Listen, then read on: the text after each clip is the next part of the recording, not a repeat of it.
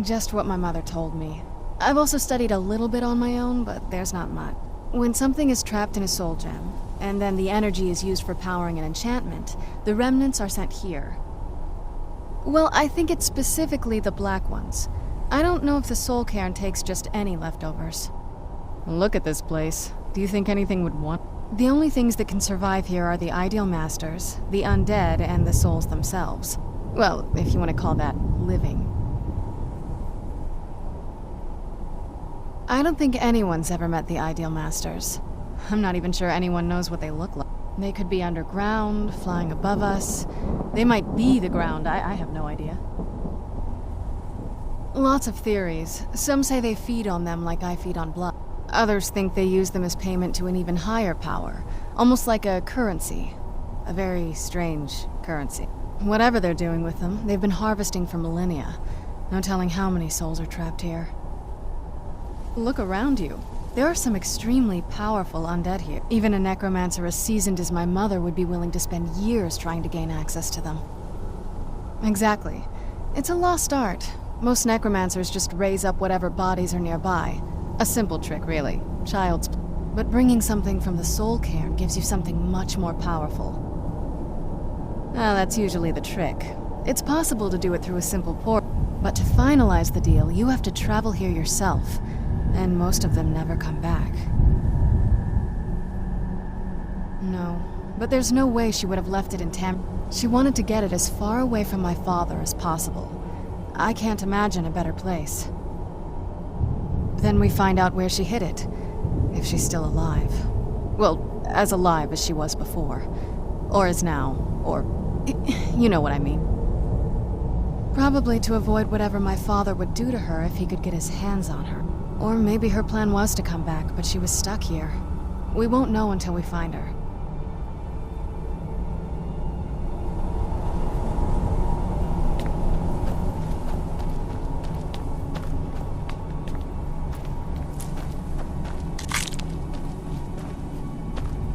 I wonder if my family misses me.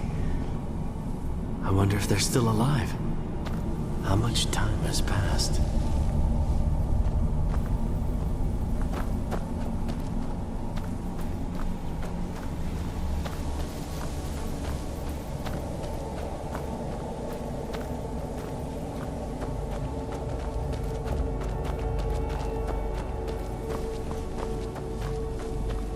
I live in a dark world where no light shines through. I carry this burden with every step I take.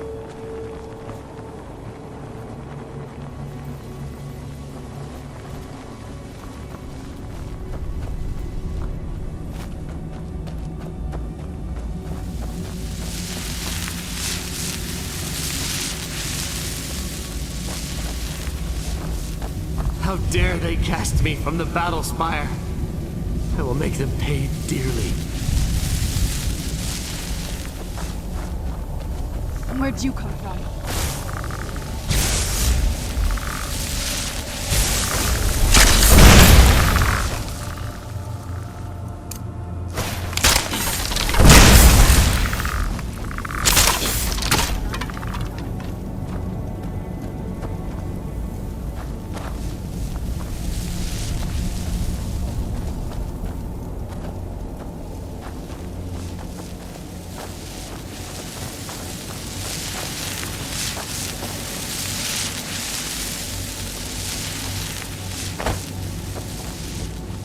You must help me find my Arvak. He doesn't deserve to be in a place like this. Arvak, my horse. We came to this horrible place together. We were attacked by monsters, so I told him to run. Please, he's such a loyal creature, and he's been running for so long. You have to save him. A place like this will change you. Arvak? Arvak! Where are you? Arvak, please come back! Come back!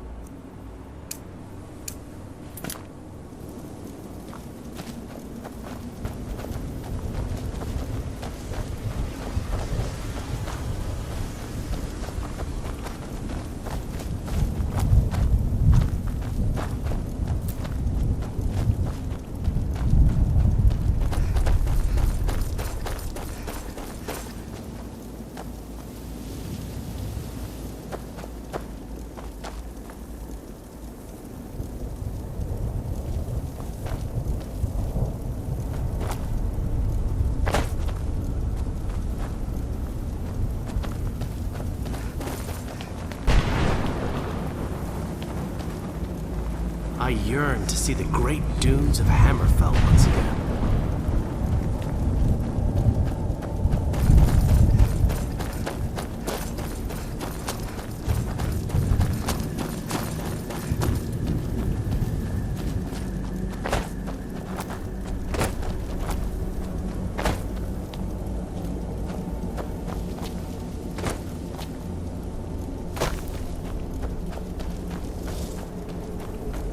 I thought death was a release, not an eternity of torment.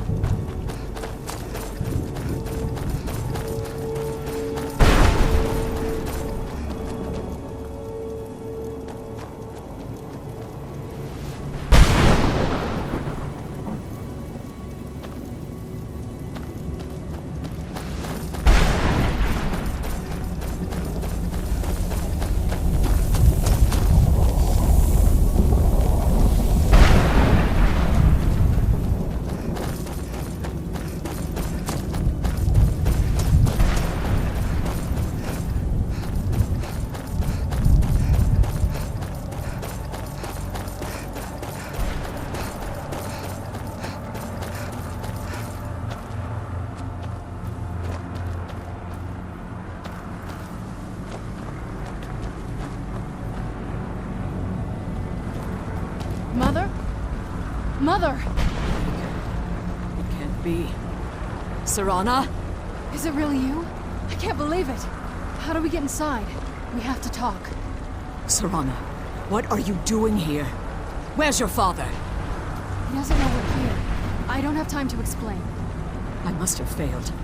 Harkon's found a way to decipher the prophecy, hasn't he? No, you've got it all wrong. We're here to complete the prophecy our way, not his. Wait a moment. You've brought a stranger here? Have you lost your mind? No, you don't... You, come forward. I would speak with you. So how has it come to pass that a vampire of mixed blood is in the company of my daughter?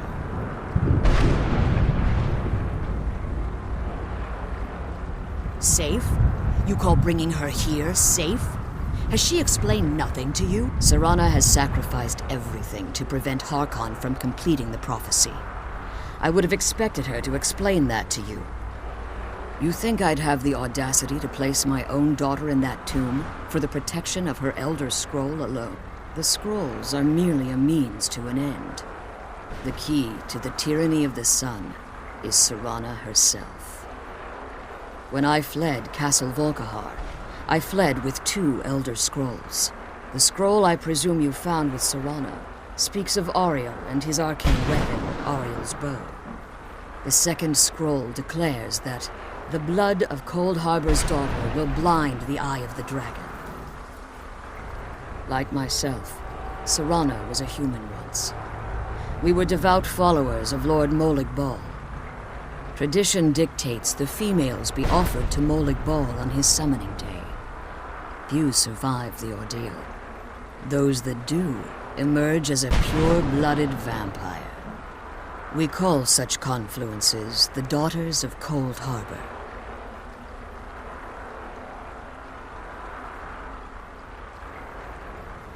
It's what some call the domain of Molig Bal, his place in oblivion. It was expected of her, just as it was expected of me. Being selected as an offering to Molig Bal is an honor. She wouldn't have dared turn her back on that. Now you're beginning to see why I wanted to protect Serana, and why I've kept the other Elder Scroll as far from her as possible. If Harkon obtained Ariel's bow, and Serana's blood was used to taint the weapon, the tyranny of the sun would be complete. In his eyes, she'd be dying for the good of all vampires. And how exactly do you plan on completing the prophecy without the death of my daughter? If you believe that, then you're a bigger fool than I originally suspected. Don't you think I weighed that option before I enacted my plans? You care nothing for Serana. You see the tyranny of the sun as your chance at deification. And like Harkon, you won't hesitate to destroy anything that stands in your path. Serana? This stranger may call herself vampire, but she knows nothing of our struggle. Why should I entrust you to her? This stranger has done more for me in the brief time I've known her than you've done in centuries. How dare you! I gave up everything I cared about to protect you from that fanatic you call a father! Yes, he's a fanatic. He's changed. But he's still my father. Why can't you understand how that makes me feel? Serana, if you'd only open your eyes. The moment your father discovers your role in the prophecy, that he needs your blood, you'll be in terrible danger. So to protect me, you decided to shut me away from everything I cared about. You never asked me if hiding me in that tomb was the best course of action. You just expected me to follow you blindly. Both of you were obsessed with your own paths. Your motivations might have been different, but in the end, I'm still just a pawn to you two. I want us to be a family again. But I don't know if we can ever have that. Maybe we don't deserve that kind of happiness. Maybe it isn't for us. But we have to stop him, before he goes too far. And to do that, we need the Elder Scroll. I'm sorry, Serana. I didn't know. I didn't see. I've allowed my hatred of your father to estrange us for too long. Forgive me. If you want the Elder Scroll, it's yours. Your intentions are still somewhat unclear to me, but for Serana's sake, I'll assist you in any way that I can. Yes, I've kept it safely secured here ever since I was in prison. Fortunately, you're in a position to breach the barrier that surrounds these ruins. You need to locate the tallest of the rocky spires that surround these ruins. At their bases, the barrier's energy is being drawn from unfortunate souls that have been exiled. Destroy the keepers that are tending them, and it should bring the barrier down. One more word of warning. There's a dragon that calls itself Durnevere roaming the cairn. Be wary of him. The Ideal Masters have charged him with overseeing the Keepers, and will undoubtedly intervene if you're perceived as a threat.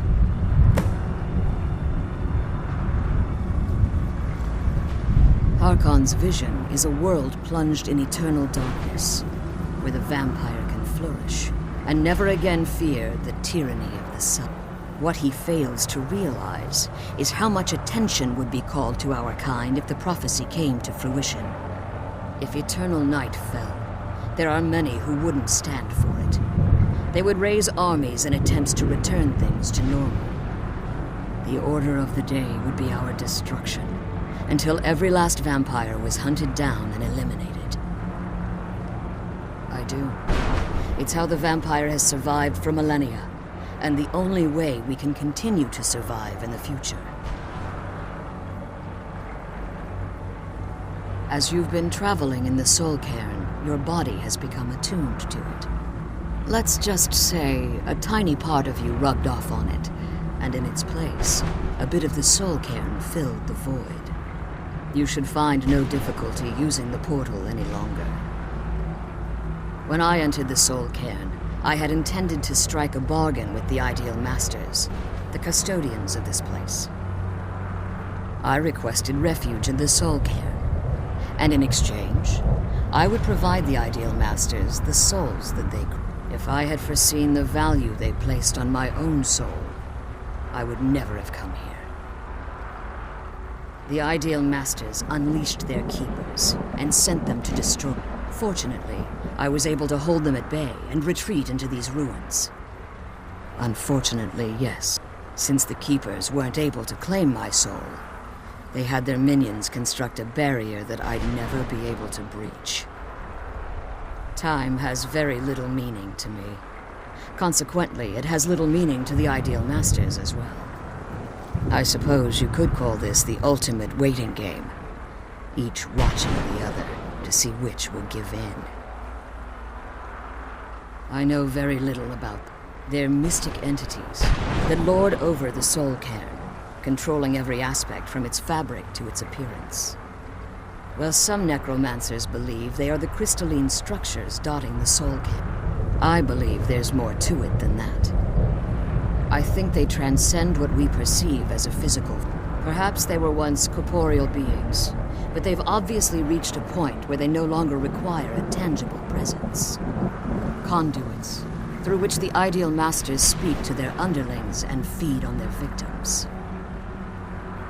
The Ideal Masters' weakness is their insatiable hunger for pure soul. It's the reason for the soul cairn's existence, and the only leverage a necromancer has when bargaining with them.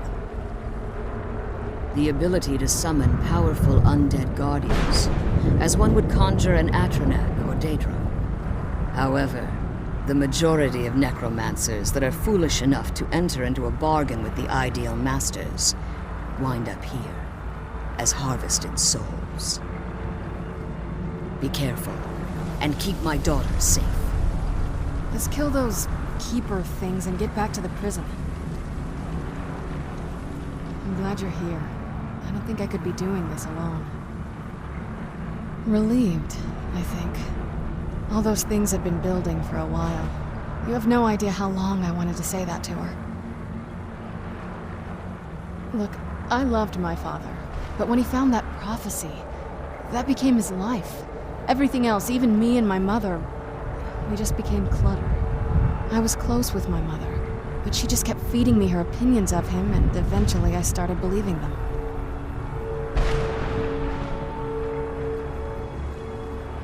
The moment we gave ourselves to Moloch Ball, things got really icy between them. They were both drunk with power, and pulling in different directions.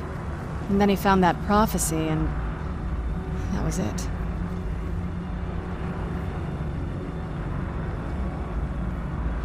I was. Honestly, it took me up until now to figure out that my mother was really just as bad as he was. He was obsessed with power. She was obsessed with seeing him fail. It was just so toxic. Maybe I could have seen this coming. We could all be better off now.